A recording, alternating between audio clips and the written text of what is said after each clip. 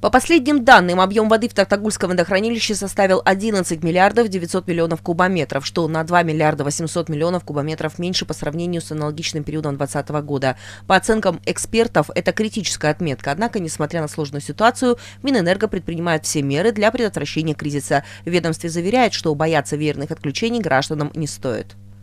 Верных отключений не будет, но будет лимитирование, потому что, согласно постановлению правительства, номер 138 от 4 апреля, все регионы, области, города должны войти в лимит. Потому что без лимита у нас весной, возможно, мы очень низкий уровень можем подойти в Токтагульского водохранилища. Поэтому при соблюдении лимита мы выйдем, согласно нашим прогнозам, на объем 74 миллиардов кубометров. Поэтому вынуждены меры принимать по лимитированию.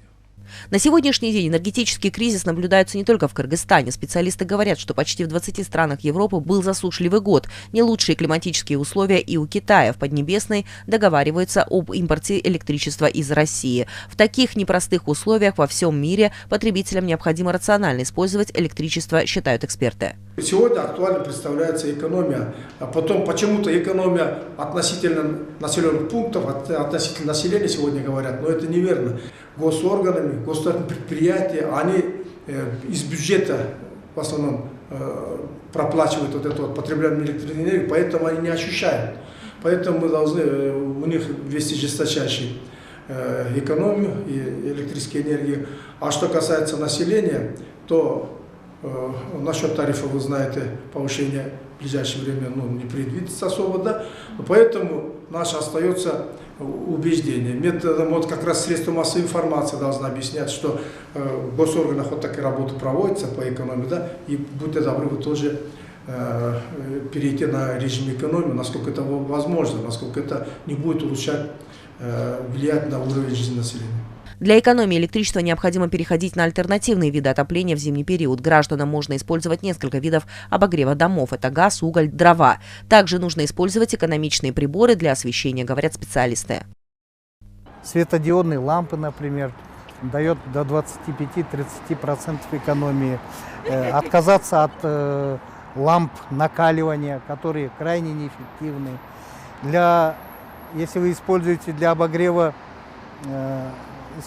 если вы нагревательные приборы на электричество, тогда надо использовать сертифицированные заводские приборы, которые имеют высокий коэффициент полезного действия.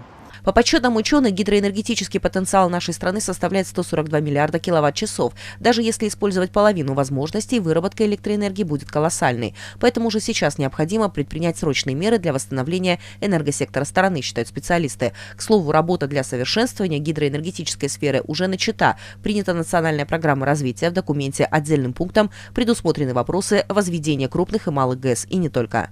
То есть до 2026 года мы должны начать работу, прорабатывать именно строительство гидроэлектростанций крупных. Там заложены порядка 6 проектов, это 6 гидроэлектростанций, которые нам необходимо будет начать строительство, ну и, соответственно, для этого привлечь инвесторов. На сегодняшний день мы эту работу уже ведем, мы это уже до этого прорабатывали. Самый основной объект, который требует очень такого тщательного внимания и проработки скорейшего, это все-таки строительство Холмаратинской ГЭС-1, который тоже заложен в этой программе. И, соответственно, мы на сегодняшний день в активной фазе именно привлечения прямых инвестиций для строительства данной гидроэлектростанции.